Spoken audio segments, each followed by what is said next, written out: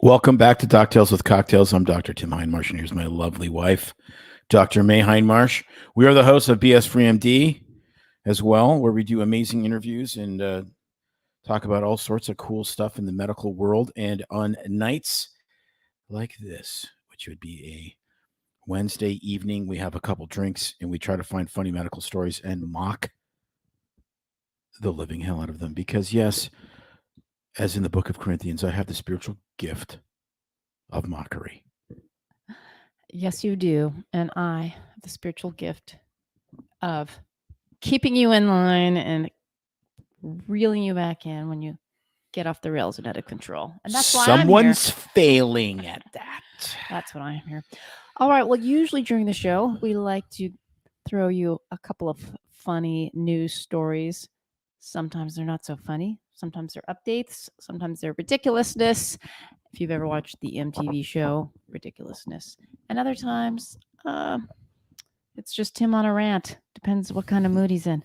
But he's trying to be unoffendable and oh so kind and changing his attitude. And if you want to follow us more, check out our newsletter. I'm doing a plug for it now. It's called Truth Serum. It comes out weekly.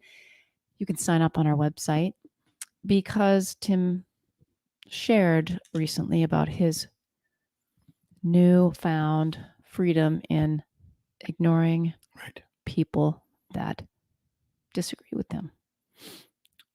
Yes, or actually engaging them in a way that is welcoming instead of, when you sat there and you said, we talk about a lot of things and it depends on what it was. I was like, just like Joe Biden's underwear. Depends. All right. So tonight, what have we got going? I have a little bit of news coming from Oregon, since a lot of our listeners are from there. A little bit of medical changes happening that will impact your life, people, in a minor way, but still. As well as I'm listening to a lot. I'm finding my vibe in a lot of psychology lately. I'm a big Mel Robbins fan. Not Marty Robbins. Was Marty Robbins her dad or her father-in-law? Get out of town. It's not even related, I don't think. You don't know who Marty Robbins? I was listening to some wonderful podcasts of hers. I'm ignoring you.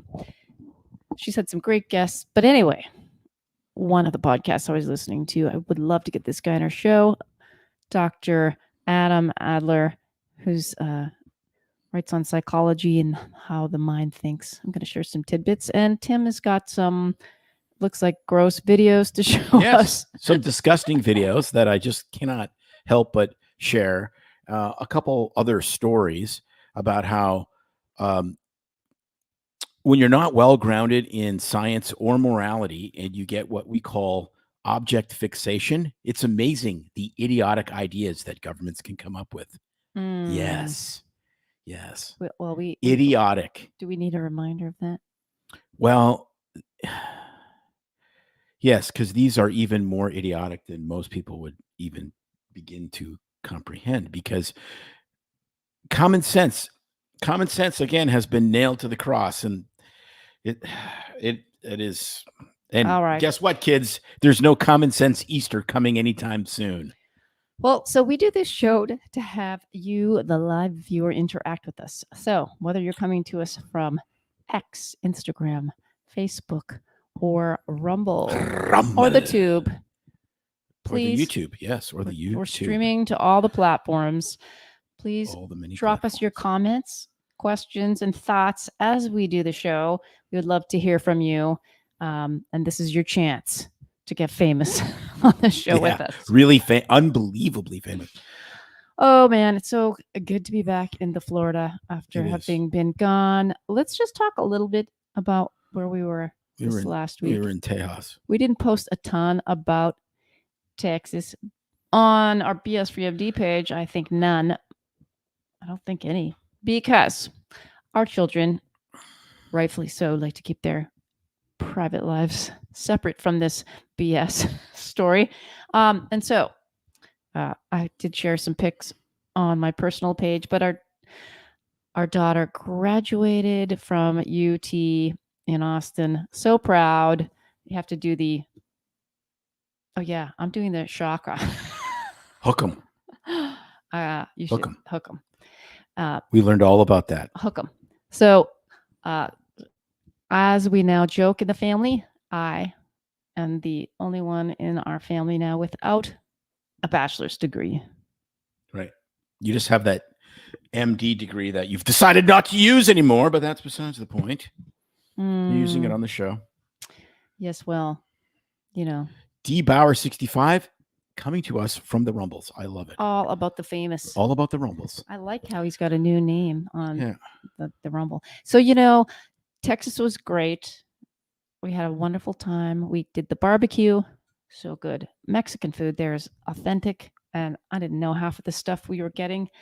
Had to have our daughter translate. Mexican food, so good, it should be illegal. Yeah, so good. You Just enjoyed like it the the next people day, right? preparing it. So good. You enjoyed it the next day. Yes. And the sauces, I'm like, I don't know. Just give me the mild Did sauce. you get my joke? Did you even hear my joke? Mexican food's so good, it should be illegal. Just like the people that prepare it. That's not a joke. That's being an ass. Yes. I don't. That's right, because there's no illegal humans. So There's no illegal people. Austin's cleaned itself up. Yes, thank you, much Austin. better. We stayed downtown. Mhm. We avoided 6th Street. But it has cleaned itself up a lot. The UT throws the best graduation party. That stadium is massive. So apparently it holds over 100,000. It's got these high bleachers. Insane. And on the floor where all the graduates, the night ceremony, they combined all the grads from the spring, over 10,000. It was a party on the floor. And the guest speaker, amazing. First female fighter pilot. Yeah. Do you remember her name? No, but I like the story when she said, I was an unbelievably skilled pilot. I flew all these combat missions, but I couldn't park the plane. Well, she's not Asian. Oh, man, we're just like, we try to be good and we fail. And anyway, parallel Good parking. thing that airplane was not a parallel manual parking transmission. is a man thing. Good thing, right? Although our daughter has only driven manual. I made her learn, and now that's all she wants is manual transmission. So it's like she's basically one car away from never driving a manual again because they don't exist. Well, her name was Doctor. Her name is, I think it's Brigadier General Jeannie Levitt. And in 93, she became the first female fighter pilot.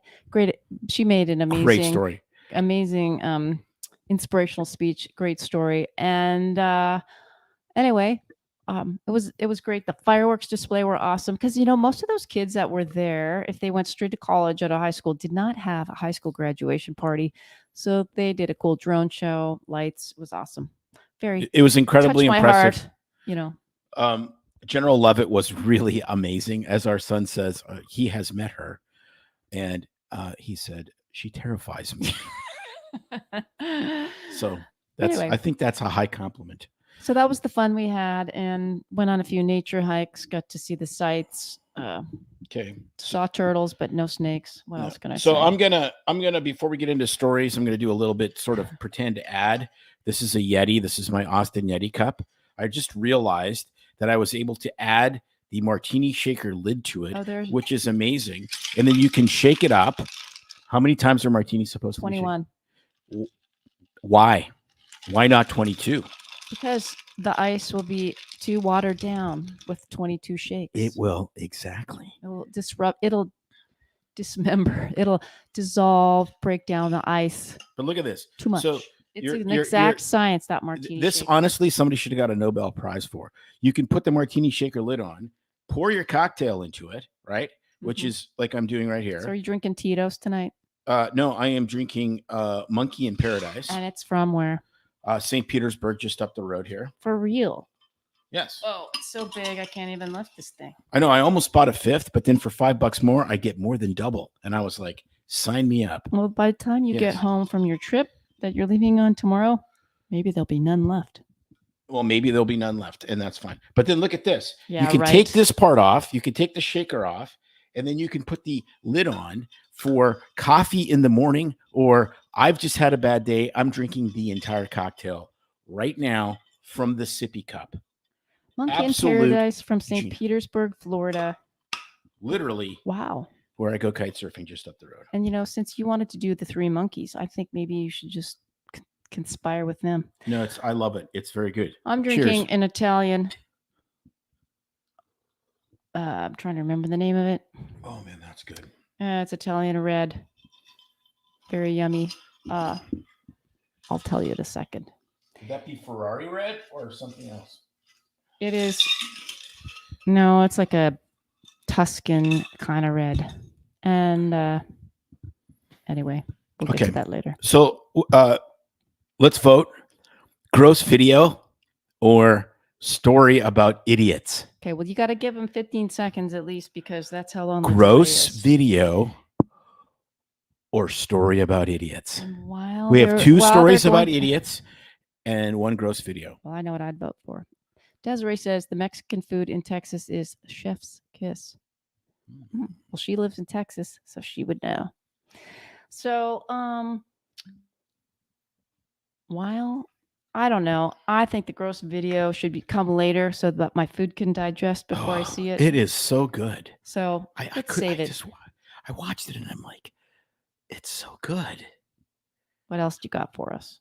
Okay, so I have a story here, which is I got to get my glasses on so I can actually read the story, because sometimes the best part is how they write these stories, which is really, really ridiculous. Mm-hmm. So let's get into this. This one is the yes. Give me idiots. Okay, so here we go. Is basically the add vote. to the stage. There we go. San Francisco giving taxpayer funded vodka to the homeless. Whereas that's from the Daily Mail in the UK. As the New York Post, which I'm reading, says, San Francisco slammed for $5 million a year program to give free alcohol to the homeless. And the quote is, "This isn't working." Can you imagine how that wouldn't work? Program provides beer and vodka shots to homeless alcoholics. Wow. That Rome, San Francisco caught flack this week when a tech CEO questioned the logic of feeding the addictions of the city's street dwellers. Adam Nathan, founder and CEO of the small business AI marketing tool Blaze, and the chair of the Salvation Army San Francisco Metro Advisory Board, posted a thread on X slamming the program after watching a string of unhoused drunks line up for their shots, stating it just doesn't feel right. Do you know San Francisco spends $2 million a year on managed alcohol program? It provides free alcohol to people struggling with chronic alcoholism who are mostly homeless. No, they're probably entirely homeless, or it was just me visiting San Francisco, realizing that if I smelled like a bum, someone would give me free booze.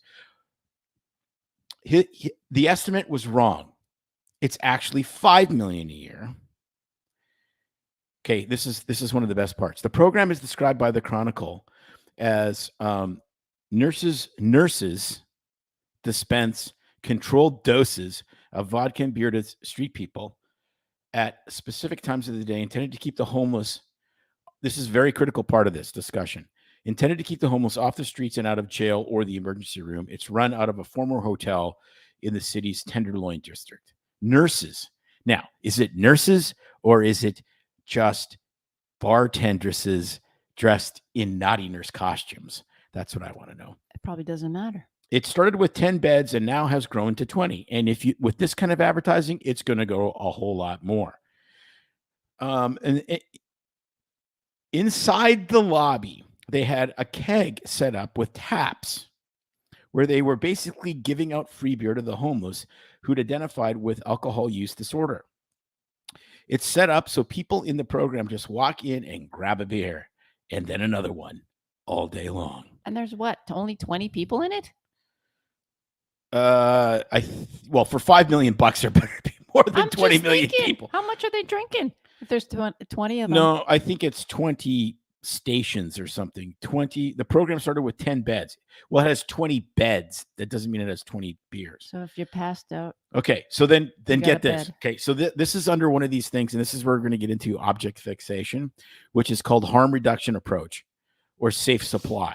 Okay, so it's this concept, which may not be entirely insane. I don't know. I'm new, Tim. I don't try to just entirely criticize things I don't know about, but it's a safe supply idea that some areas like Canada's British Columbia, as soon as you hear that, you know insanity is coming quickly. Used to provide not free beer, not free vodka, but free opioids to users so they don't overdose on Yeah, fentanyl. I remember that.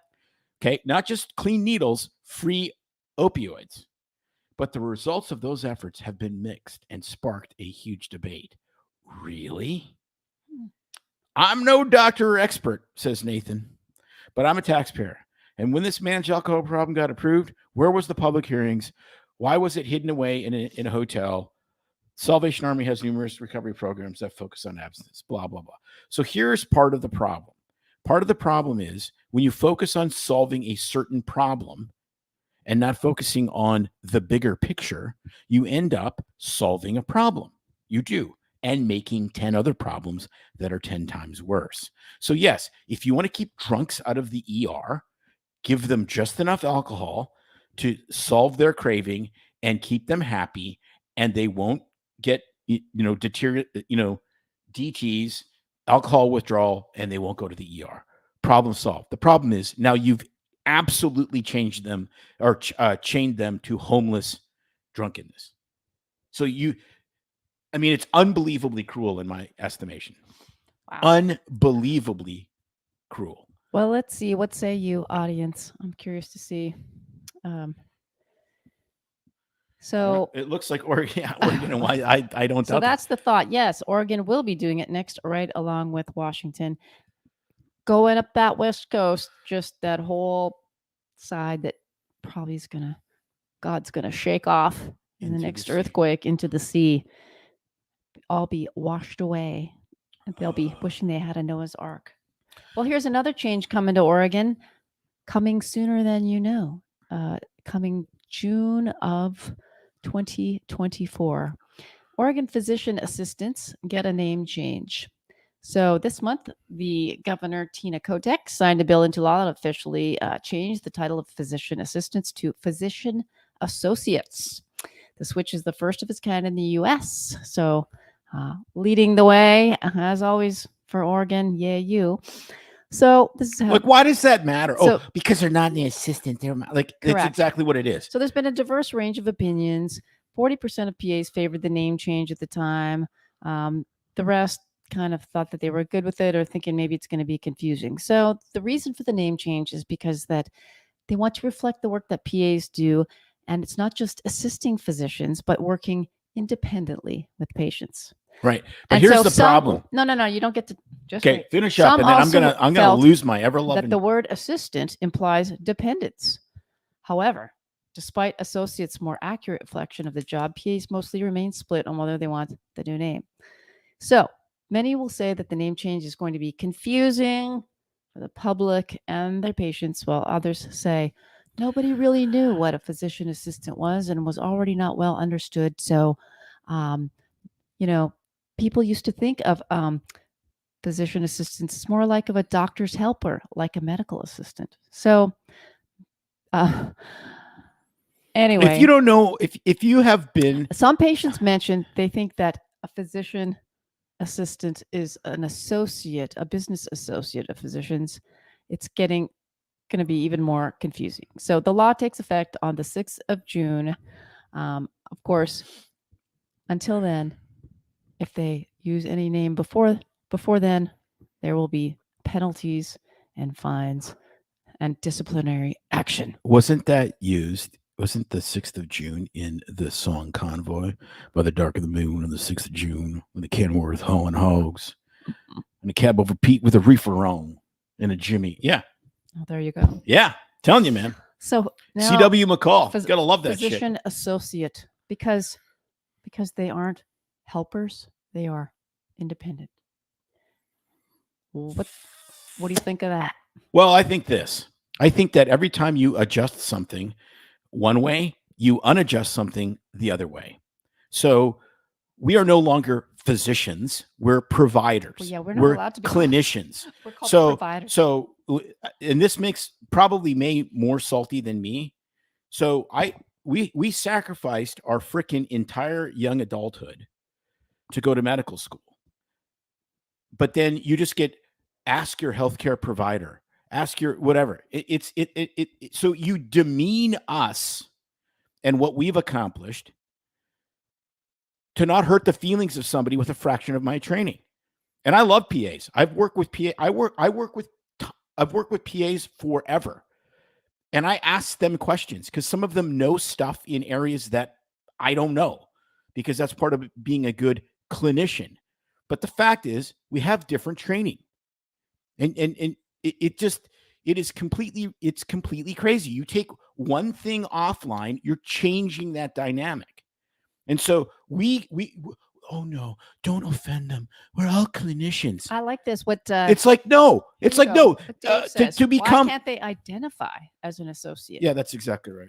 Because, you can identify as whatever you want to be and it will be true. But are they independent? Will the law? No, they are not independent. They're getting independent in more states, which is, again, maybe perfectly fine. I'm not debating that, and I'm not demeaning the profession, because I work with some unbelievably amazing PAs. It's just this idea that you carve the language away and think it doesn't matter. Like, it doesn't matter. No, it matters. Because when you raise them up to clinician, you're bringing me down.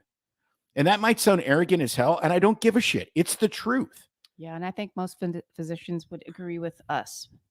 But most doctors won't say anything because they work with these people, and lots of the physicians make lots of money off of their PAs. So, like, I get it. I get how the system works. I'm amazed. But can you imagine the screaming if you tried to bring medical assistants up to the level of an RN? How much screaming there would be from the nurses union, because they are not the same. No, they would lose their marbles. They lose their marbles when it's a license, like an LPN. An LPN's still a nurse. It still ends in nurse. Well, they're not an RN. Well, you know why? Because they're not an RN. Right. Yeah. So, and of course, are they independent? Well, some are, some aren't. Depends on the state. Yeah. And that's open. It's a gigantic debate. I get virtually every state in the country, nurse practitioners are independent now. Yes. And that's a big deal. That's a very big deal, because it really kind of makes that degree more valuable when you don't have to have somebody supervising you. And so it is what it is. I get it. And the level of supervision of PAs varies so much. I got a discussion online with somebody, and they think, and maybe so, that their PA who's working as a primary care provider works directly in conjunction with the supervising medical doctor and runs everything by them. That's not very common in primary care practices. Most of the time, they just have to be a phone call away. 10% of their charts need to be reviewed. And after that, it's a crapshoot what you get. So, well, and that's the thing. Like, honestly, if you work for a really good system, they tend to be very particular on how they hire and how they train people. And that's really the critical element. Exactly. What we've noticed it's a group with nurse practitioners and PAs, mid-level providers. If they get really good training in their first several years out of school, and it goes for physicians as well, when you enter as an attending, they do exceptionally well. And good organizations understand that and train people appropriately. Now, the goofiest explanation, I got into this discussion with somebody again, is training. Well, the only difference between PAs and physicians is that PAs get trained on the job and physicians just pay money and go to medical school to get trained. No, that's during entirely residency. And I'm like, oh my goodness. No, it's not to be a physician assistant, you have to have an undergraduate degree, so a 4-year degree. You have to have worked in healthcare in some manner, so paramedic. Well, that's just it for medical nurse, to get into medical school. Right? Now you have to usually understand have that. And then it's 2 years of training, not 4. No residency, no internship. Okay, so that is a drastic difference in training. There's pretty much not internships anymore. They just go straight into residency. Well, whatever. But what are you doing without? Okay, so they have 2 years, and physicians have a minimum of 7. And most of that time we have is not book training; it is on the job training. No, it's an apprenticeship. Yes, exactly. It's an apprenticeship. Anyway, there you go. All right. Now that we've pissed off every single PA in the United States, no one will talk to me. Not really, but I just think people need to know the difference and be wary of buyer beware. There you go. Right. Okay, let's get gross because I can. So I want to start a new segment here where we pull things off of the interwebs or the Instagrams that we really like, that's medically related. And I found one that is so unbelievably satisfying to watch. I had to share it with May. So here goes. Oh, do I have to? I am going to Do I have to click watch this box, and then I'm going to click this box. Respiratory tract infection, hence the thick mucus, and this video is going to show how to do a nasal sinus irrigation. Really important to remember that you don't want to do this in a child that's under 6 months of age.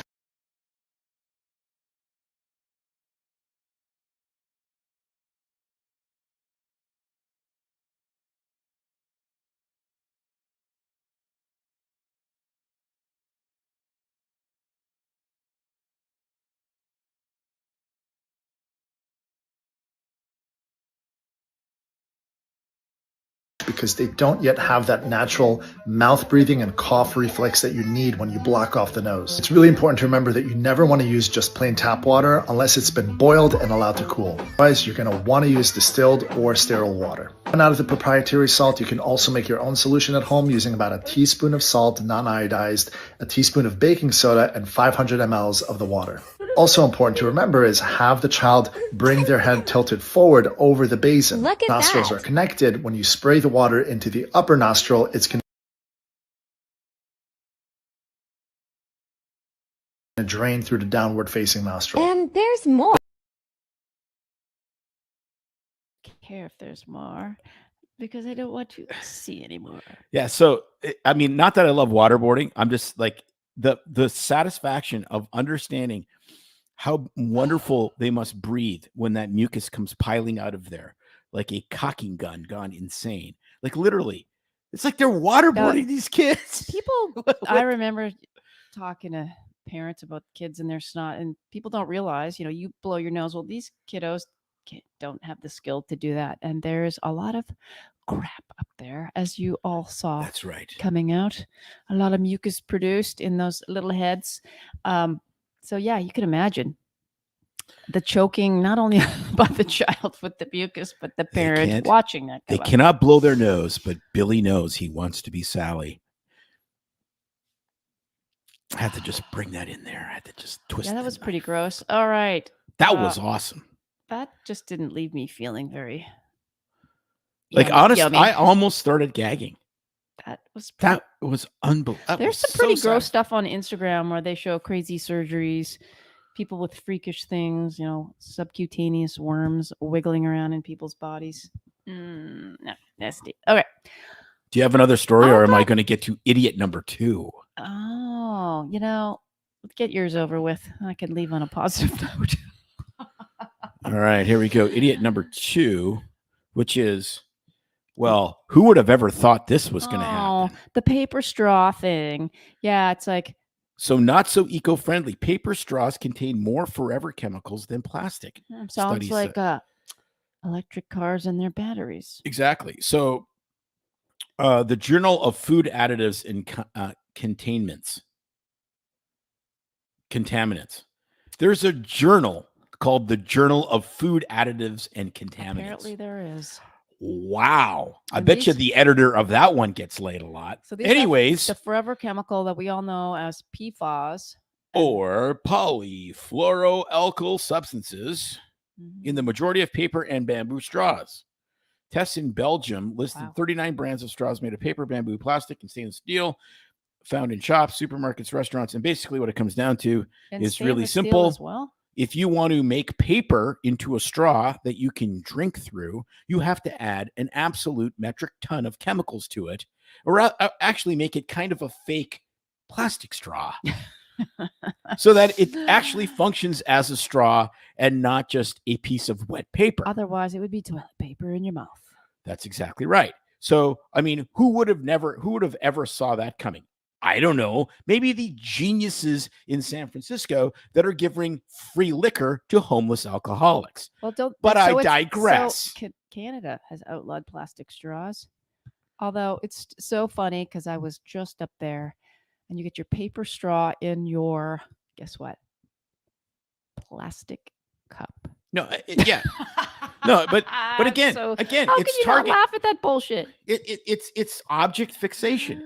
We need less plastic in the ocean. Is that a good idea? Yes, that's a fantastic idea. So then we'll just have paper straws that we have to make chemically 1,000,000 times worse than But plastic it sounds straws. so reputable. There, It the sounds- problem solved. We just made a problem 5 times worse than the original problem because it's object fixation. So what is this object fixation and where does it come from? It comes from aviation, which is, as well as other sports, but in aviation, it's very popular because it's kind of the whole idea. If you're landing an airplane and you're focusing on the runway, you tend to not land well. You tend to smash into the runway because you are 100% focused on it. The best story I ever heard was a drop zone owner who was a friend of mine had a student, and there was one tree in about 40 acres of landing area. You could go anywhere. You actually had to use a significant amount of skill to hit that tree, to aim for it and hit it at the correct altitude. And that person was so focused on that tree. No way. Bam. Like the middle of nowhere, just tree smash. How do you do that? Because you're focused on one goal and on the ultimate goal, which is landing and walking away. And so it just breeds idiocy. It never ceases to amaze me. And Well, as my father, a bush pilot that flew float planes, said, yes, don't look through the water or you will fly through it. If you're seeing onto that the wrong. bottom of the Yes, lake. Exactly. All right. I've been listening to my buddy Mel. You know, we're connected. At least she doesn't know it, but we are. And Mel Robbins' podcast has got some great stuff on it. There's this episode, there's so many great ones. I was like, where do I start? But one with Dr. Adam Alter, I should say. I think he's a doctor. He has written some books on how the environment influences our psychology. And one of his books is called Anatomy of a Breakthrough, How to Get Unstuck When It Matters Most. He is actually a professor of marketing at New York's University Stern School of Business. And he's a best-selling author. His other book is called, let me think, Drunk Tank Pink. And that's where some of this information comes from that I'm going to talk to you about. So I was listening to him on Mel's podcast, and he was talking about how our environment influences our psychology positively and negatively. And I thought this would be kind of fun to share some of this stuff with you. Blew me away. He did. I have to talk about Drunk Tank Pink, and that was the title of his book and research they did back in the 80s with regards to using the color pink, Pepto-Bismol pink, bubblegum pink, and they painted the insides of these drunk tank jail cell holding tanks for inebriated people, thinking that the color would maybe calm them down and make them less combative and annoying. And it actually kind of worked a little bit, to the point that it's gone on now, even today, where there's some athletic teams that have painted their opposing, the visiting team, their opposing not teammates, their opposing, what do you call it? The opposition. I don't know what the name I'm looking for is. They painted their locker rooms in this bubblegum pink to try to calm them down so they're not as revved up during the game.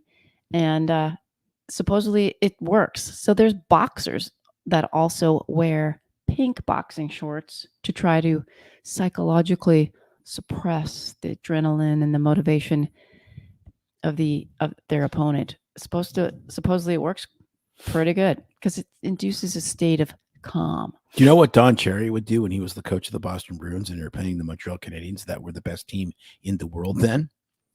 He would get the janitor to turn the temperature up in the Canadiens dressing room to like 90. so they could never, so they'd come off the ice all hot. That'll work. Well, so this is all about color there wasn't anything, they didn't talk about heat, but he talked a lot about color as well as mirrors.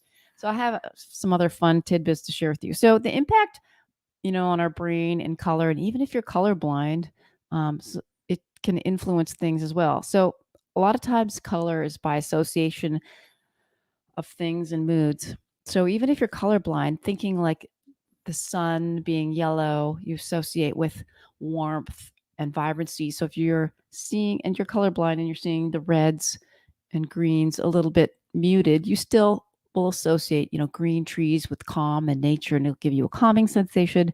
Blue and green tend to be calming, whereas the red and yellow colors are activating. So they did this thing and study about the color red. And we know that a lot of animals that have red tend to be dominating animals in nature. And they have used it in sports teams. And they did this study where they randomly took two different teams. I think it was, I know they did it in wrestlers. And they would just randomly assign them to wear a red, not a jersey, Singlet. they call it a singlet, or a blue. Well, apparently, red wins 2/3 of the time when they're competing. Kind of blew my mind away. And yeah, this was like So red. when they wore the pink singlets, was that only when they wrestled in Jello? Then then if you're wearing pink, then the person you're wrestling against gets subdued. I don't know. They didn't do pink. So yeah, apparently 2/3 of the time, people wearing sports teams wearing red in that study won. And that's why I guess a lot of teams like red. Whereas, and if you're like wearing red and you're on a dating app, putting yourself out there, even if you have like your picture and it's bordered with red, you have red out there, it apparently is more stimulating. It seems to attract more people and more attention wearing the color red, which makes me wonder about my friends, especially actually my mom, who loved the color red. It's her favorite color, and she did attract a lot of attention. Anyway, fascinating stuff. Blue, green, it's the association with calm. So, if you need a calming environment, painting your colors blue, green, calm you down. Totally cool. So get this. The other thing he talks about is mirrors. I'm going to put a mirror in the alcohol closet. Get this. People who actually started doing this in stores, and it reduced the shoplifting numbers, because when people are shopping and they're walking by and they see themselves in the mirror, if they have a tendency to want to steal something and then they look in the mirror and look themselves in the eye or see themselves caught in that act, they will reverse it and become more morally inclined to not do something negative. They did a study where they actually, it was like a random dice game, heads and tails, and people had to, told to tell what they flipped, and people would lie about it. I forget how they set it up, but if they actually had a mirror in front of them, they would lie less. And so apparently stores place mirrors all over the place strategically, helps reduce the risk of shoplifting, and it can change your behavior as well at home. So that if you want to stop snacking on the snacks in the pantry, you can put a mirror in there, apparently, so that if you go in and you see yourself, you kind of like look yourself in the eye, catch yourself, and fact check. So, or maybe you look at yourself and go, clearly there's no hope. Clearly, I might as well be I need Cheeto fat and happy. that. Clearly, I need that chocolate bar, that Lindt chocolate bar. Lindt. Anyway, pretty cool, right? I don't know. I thought it was interesting. He goes on talking about clutter and how clutter is distracting, but the color thing I thought totally fascinating, especially in sports psychology. Well, let's paint the house whatever color we need to get shit done. Everything's red. My neighbors had an completely red room. We had a red bathroom growing up. Red carpet, like the reddest yes. of the red carpet. It was red and black. My mom loved red. It was a flaming hot red shower tile, red floor. I guess I got out of there in a hell of a hurry in the morning. Motivating, to say the least. And speaking of motivating, coming up on our podcast this week, we have an interview with Dr. Corey Fawcett. Unbelievable guy. He is literally as we speak, biking across the USA. He's in Florida. He started in San Diego, and he has made it to Florida on a bicycle, and a bicycle with no battery. And I That's think even better. I know that he got sick right at the beginning. They all Yeah. got norovirus and wiped the heck out of their energy for the first few days. They were in a hotel room. Those cycling all shorts mixed with fighting norovirus. for all- Mm. Can you imagine being in a hotel with like one bathroom and 3 or 4 people? So he has made his way across the country, but Yep. he comes onto our podcast, and we recorded that obviously before he left, to talk about some of the books he's written. A lot of them are on Financial freedom. freedom and getting your finances straight and just setting yourself up for a life free of stress and worry. And he, I think, lives life pretty thrifty, but to the fullest. Yeah, no, I He mean, travels a lot. He vacations all the time. He has a motorhome he enjoys. And he's got a lot of great wisdom that is applicable to anyone, not just medical professionals. So, yeah, his ability to have found balance in life from pretty much the very beginning of medical school is quite evident when you listen to this interview. And you talk about work-life balance or financial freedom or whatever. It really is quite amazing to actually talk to somebody that did that and what it takes and how much he enjoys life. And he's like, I basically do whatever I want because of the way I've planned everything. I don't worry about money, but he doesn't spend like a, he's not, as Joe Rogan says, when he goes to Vegas with his last name's not Hindmarsh. Yeah. When he goes to Vegas, Doesn't have 3 cars in a Correct. storage garage exactly waiting to come to Florida. with Dana, and he'll blow through like $700,000 in an evening of playing cards. Yeah. Well, how much money does he have in his bank account? More than us. And There you go. on a happy note, Oh, yes. there's a picture of me. in Target. Now, either your head is really tiny or that. No, my head is not really tiny. My head Right. is really gigantic. It's massive. My body's not huge. I'm short. I have an extra large helmet size. And we were in Target in Austin. And I was like, they make bras this big. And I'm like, I cannot imagine walking around with 2 of my heads attached to my chest. So yes, if you're listening, go back and watch this on Rumble, and you will be blown away by the size, the sheer size, volume of It's women's not- undergarments. It's really not fair because men's balls do not get to disproportionate sizes. Women, however, I get don't to know. suffer. Have you seen all of the balls Women- in the world? I've never seen balls that big, Tim. Now, a lot of men theoretically have big balls that they need to carry around in a wheelbarrow because they're very I brave. I saw But- that. I found that. Yes, there literally is What, the the South- wheel. There you're is talking about wheelchair. There The is South wheel. Park episode. The South Park episode, but there's an actual guy. I'll find it. We'll have it on a Doctales. There's a guy literally with the wheelbarrow balls. Yeah, Literally. and they're not selling a bunch of wheelbarrows for guys like that, like they No. are at Target for No, women. I mean this guy clearly has like a whatever, not a cystocele. Yeah, a cystocele or whatever it is. He's got fluid.